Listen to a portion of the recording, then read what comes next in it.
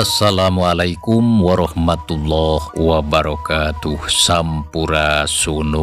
Sampurasun wargi-wargi baraya pecinta dongeng Sunda anu dimana beayana. Alhamdulillah kalayan kudrat ilahi Robbi qadar tinu maha kawasa urang sadayana tiasa ditepang dangu deui sareng simkuring Kang Tile dina acara carita Sunda atanapi dongeng Sunda nyaeta baris nuluykeun hanca carita anu katunda dina jejer carita Jakarana anu mana ieu carita teh hasil buah karya atanapi karangan Amburos ti Palihan Bandung kasugri kaum dangu. Dina jujutan hanca carita anu katunda pedaran Kang Tile kasapi kuanci dina mangsa mendarkeun kayaan di lembur Cimanuk anu mana harita tisaprak kajadian tarungna Jakarana sareng Siduki sabatur-batur janten ingsapnya pindah pilempangan kumaha tu mitra lajenganana ieu carita sumangga langkung paosna mah urang sami-sami Bandungan deui kusadayana.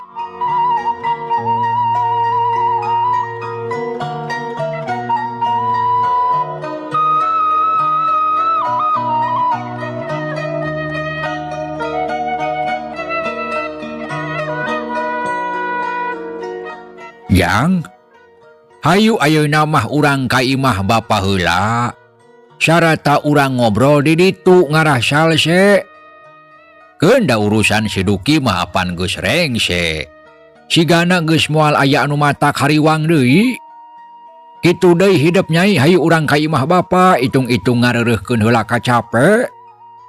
Patua kampung ngajak ka Jakarana jeung Nyimayang sangkan duanana milu ka imahna pangpang nama hayang ngobrol anu leuwih lila jeung laluasa. Mangga patua mungkin kinten moal ngarepotkeun. Moal atuh Jang. Matak bapa ngajak oge anu puguh mah bapa teh bungah pisan. Lamun imah bapa kaunggahan ku Ujang. Kitu deui ku nyai. Hayu geura hidup duan ulah nolak.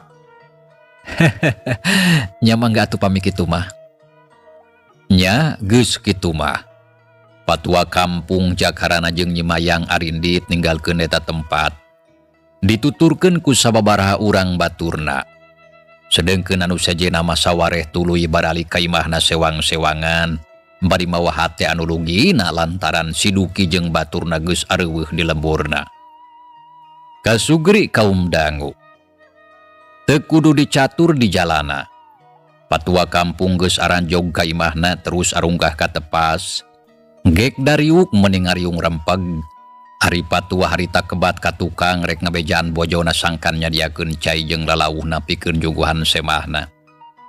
Sanggeus papatah patua kampung nyampeurkeun deui ka nu ngariung. Gek diuk gigireun Mang Daso. Ret ka Nyimayang anu harita keur diuk ngariung jeung anu araya di dinya. Nyai, punten bapa teh bade tumaros. Pami salira teh saha jenengan? Tanya patua kampung bari melong ka Nyimayang lantaran can apal kana ngaran. Wasta abdi pun Mayang patua. Walon Nyimayang gancang ngajawab kana pananya patua kampung. Salira teh Nyimayang. Atur nuhun pisan ayeuna urang tiasa pendak. Mung naon margina tadi teh make patelak sareng Siduki. Patua kampung tumanya deui lantaran hayang nyaho kana sabab musababna. Da puguh teu nyaksian ti mimitina nyaho-nyaho geus aya kaributan di lemburna. Nu mawi oge kieu ngawitana abdi riributan sareng maranehna teh. Teu talangke derek-dek Nyimayang ngadadarkeun kajadian anu tadi ti mimiti datang ka lembur Cimanuk. Nepi ka aya kajadian riributan jeung Siduki katut balad dan nepi ka mangsa harita. Sakabehna dicaritakeun taya anu kaliwat. Patua kampung jeung anu sakur araya di dinya harita terenget ngabarandungan bari ungut-ungutan. Tah kitu patua kajantenan tari teh. Ayeuna abdi mundut ti hapunten ka patua sareng kasadayana. margi tangtos-tos ngeriweuhkeun sareng ngabarubahkeun kasadayana. Tak kitu patua. Oh, jadi kitu mimicina teh. Teu nanaon nyai ku bapa tangtu di hampura. Sabab hidup mah teu ngalakukeun kasalahan naon. Samalah ku ayana kajadian tadi. Bapa jeung sakumna urang lembur Cimanuk jadi bebas tina cangkraman si Duki anu geus radalila ngawasa di ieu lembur. Ngan bapa teh rek pepeujeuh ka hidup. Pi engkeun deui mah kade hidup kudu leuwih ati-ati jeung waspada. Sabab di pilemburan ayeuna teh keur meuhjeuna harengheng loba komplotan garong anu ngaranjah ka urang lembur. Bapa teh terus terang ngarasa hariwang bisi aya kajadian anu kawas tadi. Leuheung basa lamun aya anu nulungan, tapi kumaha lamun henteu. Tangtu matak goreng akibatna ka diri nyai. Sumuhun Bapak laras pisan. Hatur nuhun kana piwejangna. Ai, ari salira nyai teh cimana atuh kawitna? Sareng saha Ibu Rama? Tanya patua kampung bari neuteup ka Jimayang. Barang ditanya kitu, nya puguh meuning ngaranjug lantaran bingung kumaha ngajawabna. Sabab pamuhalan lamun kudu nyebutkeun ngaran bapana anu tangtu sararea oge geus loba anu apal kaki Badrowi. Anu nyata saurang dadengkot garong anu dipikasieun ku balarea. Nya keur sajongjongan, Nyimayang ngahuleng. Patua melong nya kitu deui jakarana jeung sakura nu araya di dinya nungguan jawaban Nyimayang. Ngan hadena dina kayaan kitu. Dur kadenge sora bedug ditakol di masjid. Teu karasa wanci harita geus nepi ka waktuna salat asar sareta obrolan teh jadi kapegat. Jung patua kampung nangtung diturutan ku nu sejena. Rek terus ka masjid pikeun ngalaksanakeun ibadah salat asar. Ari Nyimayang harita tuluy amitan rek ka imah si bibi tukang warung lantaran inget tadi ngadahar lotek can dibayar. Nya geus kitu mah. Sararea bubar teu sakumaha lila oge. Nyimayang nepi ka warungna si bibi. Nya terus atuh ngaluarkeun duit keur mayar lotek. Tapi ku si bibi teu ditarima. Samalah kalah terus disuguhan deui kadaharan nanu sejena. Ari satadina mah Nyimayang rek neruskeun deui lalampahan tapi harita dicandet ku si bibi cenah ngarasa hariwang. Kawantuan ci geus sore bisi kapoekan di jalan. Antukna Nyimayang pikeun peuting eta mah rek terus ngarareb di imah si bibi warung. Kasugri kaum dangu. Kaayaan alam beuki maju ka sore. Sora tongeret reang disarada patembalan. Ya kitu deui sora manuk raricit tina dahan pating aracelok jeung baturna bangun anu keur galumbira. Dina sore harita sabada si Duki jeung baturna ninggalkeun lembur Cimanuk. Kaayaan teh geus katempo aya parobahana. Barudak leutik geus daraek deui arulin di buruan dulumpatan bari sareuseurean. Teu siga poe kamarina barudak taraya anu daek arulin da puguh sieun ku si Duki. Samalah awewe oge katempo loba anu ngadaweung dina golodog bari ngarobrol jeung tatanggana. Puguh bae kayaan di lembur teh jadi hegar matak betah. Sakabeh pangeusina ayeuna mah geus ngarasa ayem tentrem. Teu loba anu dipikasieun.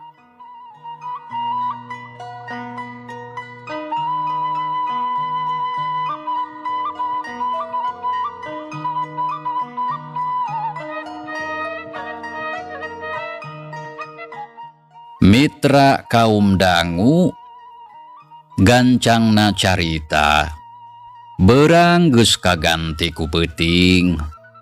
Di imah patua kampung harita aya sababaraha urang jalma anu keur dariuk ngariung. Di antarana aya jakarana jeung Mang Daso anu keur guntreng ngarobrol. Ari anu dicaritakeuna eueuh deui iwal tingeunaan kajadian tadi beurang.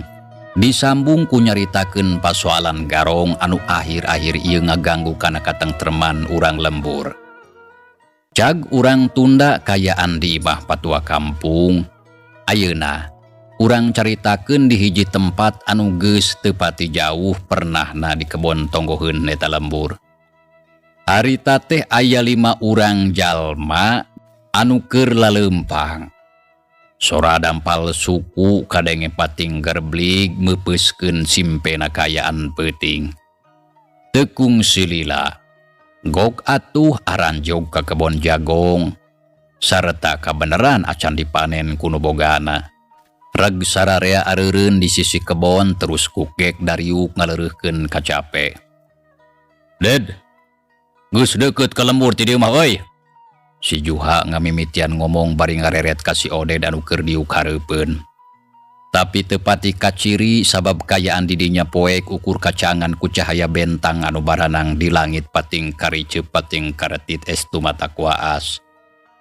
Angin leutik ngahiliwir ngoyakeun dangdaunan, sorana kadenge pating korosak. Bener Juha. Ti dieu mah geus deukeut. Tah, urang tinggal turun ka Lebak. Moal kungsi setengah jam bakal nepi ka lembur. Nya lembur naon eta teh Oded? Geuning si laing jiga nu geus apal. Nah maneh pernah ngaranjah ka lembur ieu? Ari ngaranjah mah acan, tapi ari ngaliwat mah geus jeung si Jupri.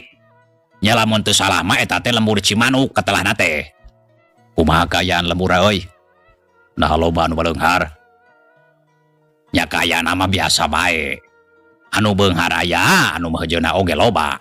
Urang pilihan we atuh datangan imah anu katingali pangalusna. Bener tapi kira-kira waktuna geus cukup gitu. Acan. Keheula nan sagedeung deui. Nungguan urang lembur sarare. Mending ayeuna mah urang meuleum heula jagong lumayan keur ganjel ngaran nambahan tanaga. Tembal si Dodeng bari rutret ka sakabeh baturna.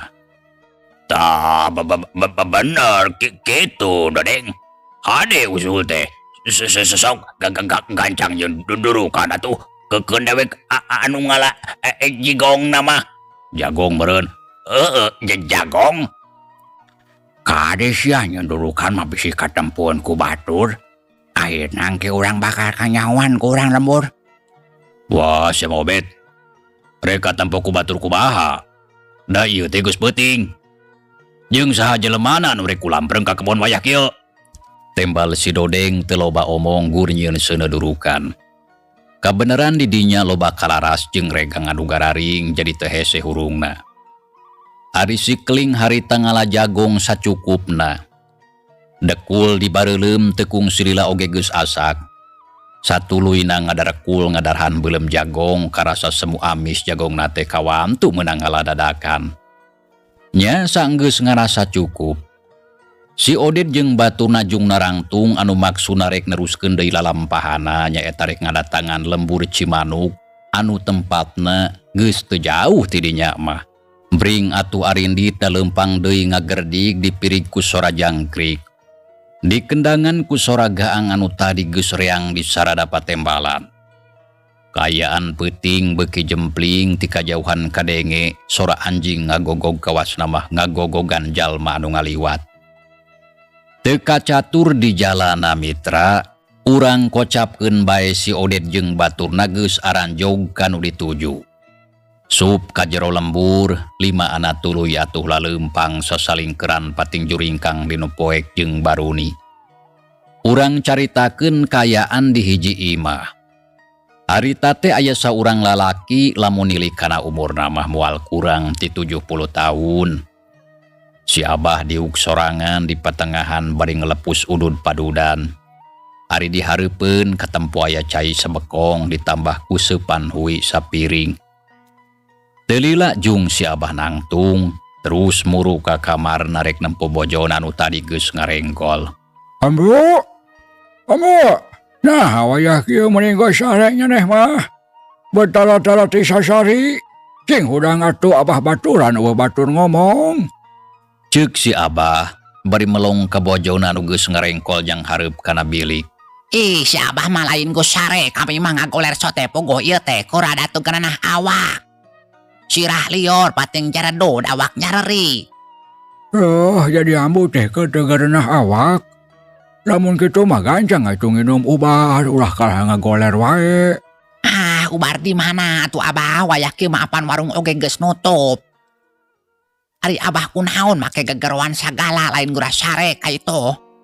Walon si Ambu awakna tuluy atuh Malik yang hareup ka si Abah anu keur nangtung di lawang panto kamar bari melong ka bojona. Pogo apa teh rada keung Ambu. Kaayaan teh beda jeung sasari. Wah, rarasan Abah we eta mah anu borangan beut siga lain kolot bae. Rek naon anu dipikak koong? Apan si Duki jeung baturna geus eueuh ti lempur. Jadi moal aya nu matak pika hariwangon. Tembal si Ambu bari nyembutan awakna sabab karasa hawa peuting teh meuni tiis asa nyerep nyecep kana tulang. Da puguh tempatna deukeut ka pagunungan. Si Ambu mah lain borangan. Pogo apa teh asa rada degarana hate ieu teh. Teuing kunaon bet pating sarebrak ieu teh. Gancang we atuh Abah sarekeun teu gerana hate mah. Tapi samemehna babacaan heula. Engke oge geus rup mah moal inget kana nanaon. Nyaneh mah Ambu. Batu degarana hate teh kalah nita hees. Ceuk si Abah bari terus malikeun awakna rek kaluar ti kamar. Tapi bareng jeung kitu, teu jauh ti buruan imah kadenge aya sora anjing anu ngagogog. Jegug-jegug tuluy manting bari kawas anu keureuh silih rengan. Kaayaan peuting harita kadengena ku si Abah beut asa mata keung. Katambah keur kitu teh di luar kadenge sora anu laleumpang meuni pating gerblig. Sedengkeun sora anjing beuki lila teh kalah asa beuki rageg bae. Samalah sora anjing anu ngagogog teh asa beuki ngadeuketan ka pakarangan imahna. Barang ngadenge kitu, ceuli si Abah teu srikna meuni rancung ngadedengekeun kayaan di luar anu gandeng ku sora anjing. Nah aya naon nya Ambu? Sok ngadedengekeun eta sora anjing mun dirageg. Ngagogogan saha nya?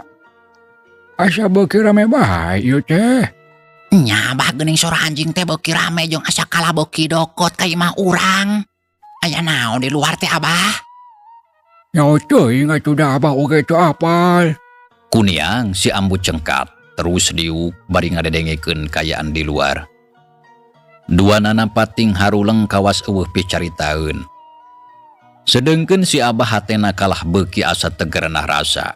Kawas aya kila-kila moalila deui bakal manggih kajadian anu matak pikareuaseun. Dina kayaan kitu, kadenge panto aya anu ngetrokan ti luar. Si Abah jeung si Ambu meuni ngarenjag reuaseun tuluy atuh silih reret. Ambu? Tah kadengen to. Aya anu kakatro kana panto tapi saha? Jeung rek naon peuting-peuting kakatro ka imah batur.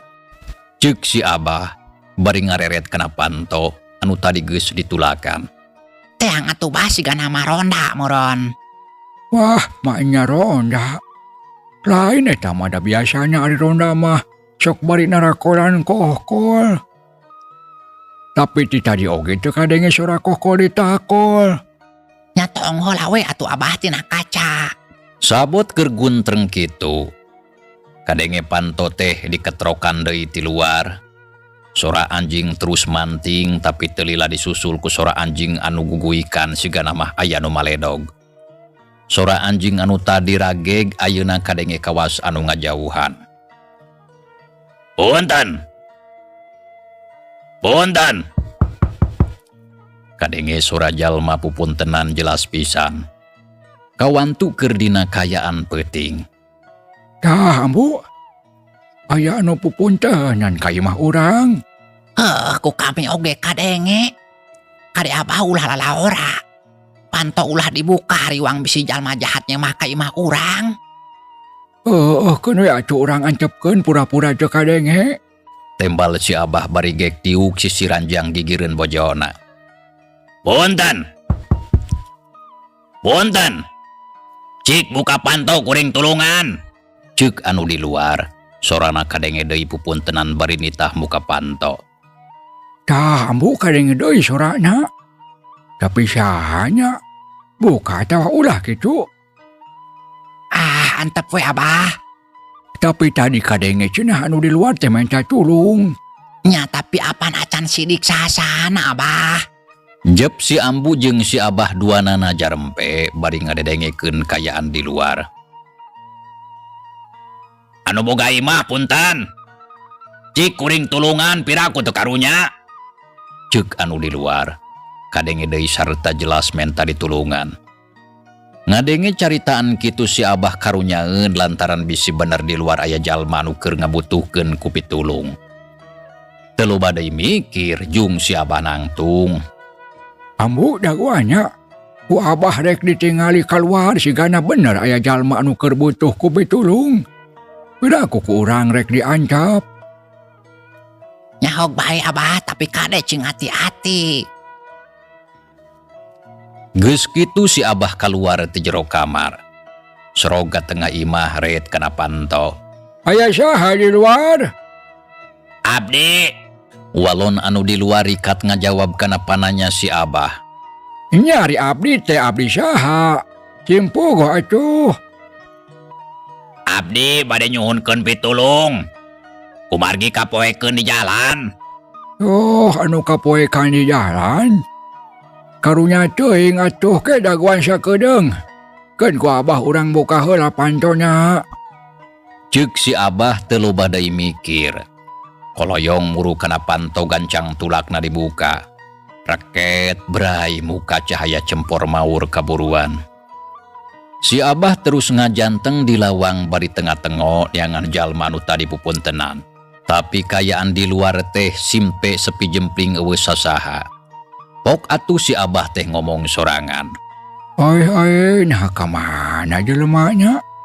Geuning eueuh sasaha? Si Abah ngagerendeng ngomong sorangan bari luak liuk nitenan kasabudeureun eta imah. Anu kayaana sepi jempling. Sora anjing anu tadi kadenge regag ayeuna mah geus jempe lantaran geus arindit ti dinya.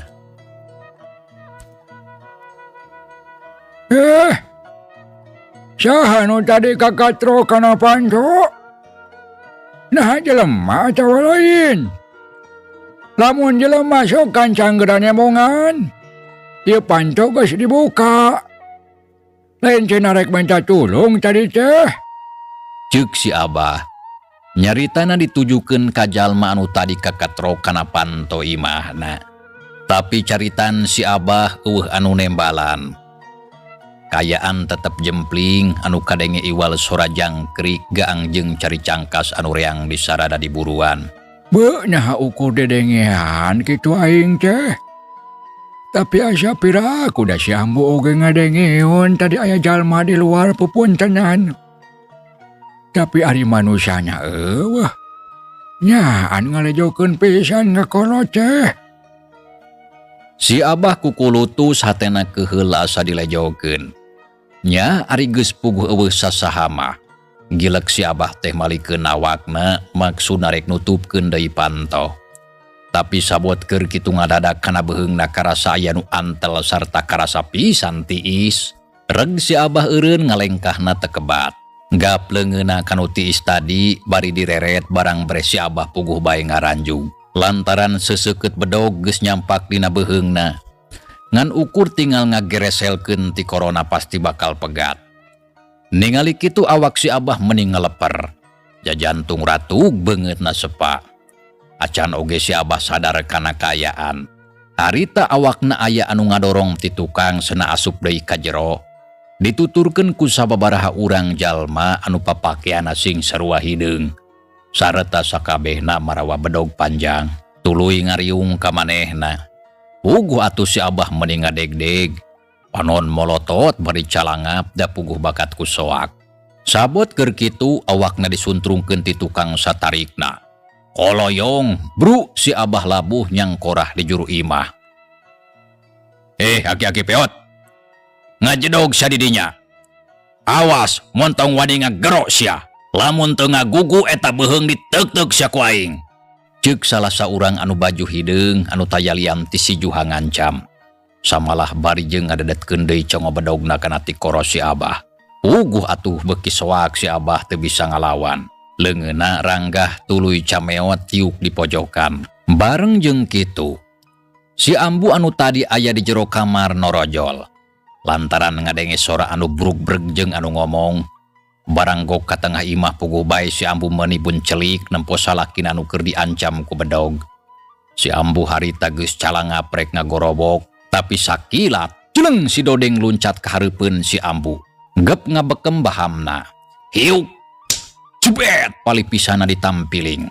Gebru si Ambu labuh awakna ngarumpuyuk sirahna karasa lieur. Geus kitu durug-dug atuh digusur tuluy disuntrungkeun ka palebah si Abah. Terus nyuksruk kana palupuh. Ode dikeling. Montong ngajar dog wae. Gancang asup ka kamar teangan duit jeung barang anu gede pangajina. Ari silaing Dodeng, Obet. Gancang bukaan lomari jeung bupet anu itu tuh. Teangan barang anu berharga sakira-kira anu teguna teguru dibawa. Keur naon ka berat-berat. Si Juha mere parentah ka batur-baturna. Sarata teu talangke si Oded jeung si Keling terus arasup ka jero kamar bari sagala diaprak. Ari maksudna rek nareangan barang-barang berharga anu dipikabutuhna. Sedengkeun si Dodeng jeung si Obed mah tuluy muru kana lomari jeung bupet anu aya di tengah imah. Eusina dibudalkeun di aut-aut meuni pas solengkrah. Ningali eusi imahna di aut-aut si Abah ukur ningalikeun. Aya ngalawan tapi teu kaduga da puguh lain lawaneun manehna.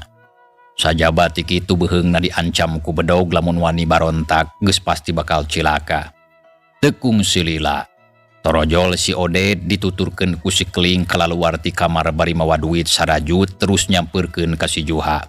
Kumaha hasil euy? Hasil tah deuleu Juha. Dewek menang duit sarajut. Tembal si Oded bari nembongkeun duit. Ya lumayan lah. Tapi nah teu menang barang anu sajeda. Weh doi di kamar bah. Ngan ukur aya duit sakitu. Tembal si Keling anu memang ti kamar mah teu manggih deui barang sajena. Kumaha di silaing Dodeng? Obed, geus hasil acan? Tanya si Juha bari ngareret ka si Obed jeung si Dodeng anu katempo keur ngaut-ngaut eusi lomari jeung bupet. Wah nya lomari mah geus diaut-aut oge euy. Teu manggihan barang anu berharga. Wah kagablek ieu mah aki-aki teh. Walon si Obed anu memang manehna jeung si Dodeng mah teu manggihan barang nanaon. Ngadenge kitu si Juha ngareret ka si Abah anu keur diuk cameot ti juru bari molohok awakna katempo meudi ngadeg-deg. Aki-aki peot. Di mana sia neuneun duit? Lamun teu dibejakeun sakedeung deui eta beheung ku dewek diteuk-teuk. Tanya si Juha panona molotot bari ngadadetkeun congo bedogkeun ati koro si Abah. Ya Abah mah boga deui duit. Ukur ada weh anu dina rajut ngan sakitu-kituna. Rada ngajual domba eta oge. Walon si Abah bari ngalepar beungeutna pias ke sang tiis ngoprot sakujur awak. Anu bener sia, motong bohong. Bisi dipodaran? Dada Abah mah teu ngabohong. Bener teu boga deui. Pek wae atuh rek dipaehan oge asal kop bae dahar we dagingna. Lantaran dipaehan unggul mah lebar mubajir. Montong heureuy sia. Nyaan si laing teh teu boga deui duit? Nyaan, teu ngabohong Abah mah. Pek we atuh tareangan deui bisi teu percaya mah. Kulik ceuk kadinya nepi kapanggih. Ceuk si Abah. Sanajan sieun oge nyaritana Daria samalah nitah neangan deui lamun maranehna teu percaya kana caritaanna mah. Ya geus we lah Juha. Kawasna mah bener ieu aki-aki teh teu bogaeun deui. Mending gancang hayu urang init nyangan deui imah nu sajen. Nya hayu atuh kitu oge Oded. Nya geus puguh kitu mah. Si Juha jeung baturna juru tarurun ti imah. Terus kenceling arindit leumpangna meuni ngagredig sakedeung oge geus jauh ngiles diteureuy ku poekna alam peuting. Ari maksudna taya lian rek neangan deui imah anu bisa digarong deui ku maranehna. Kasugri kaum dangu. Kocapkeun si Abah. Sabada ditinggalkeun ku si Juha jeung baturna tuluy rumenghap narik napas panjang. Awakna karasa leuleus taya tangan pangawasa. Keur sajongjongan. Si Abah kalah terus ngahuleng kawasna mah baluas kuno bieu kajadian. Tapi teu lila ret ka si Ambu anu harita keur ngarumpuyuk nyuuh kana palupuh. Puguh bae si Abah reuas sok sieun pamajikan aku nanaon. Mangkaning keur tegarna awak sajabat kitu tadi ditampiling ku si Dodeng. Kamu, kumaha eling?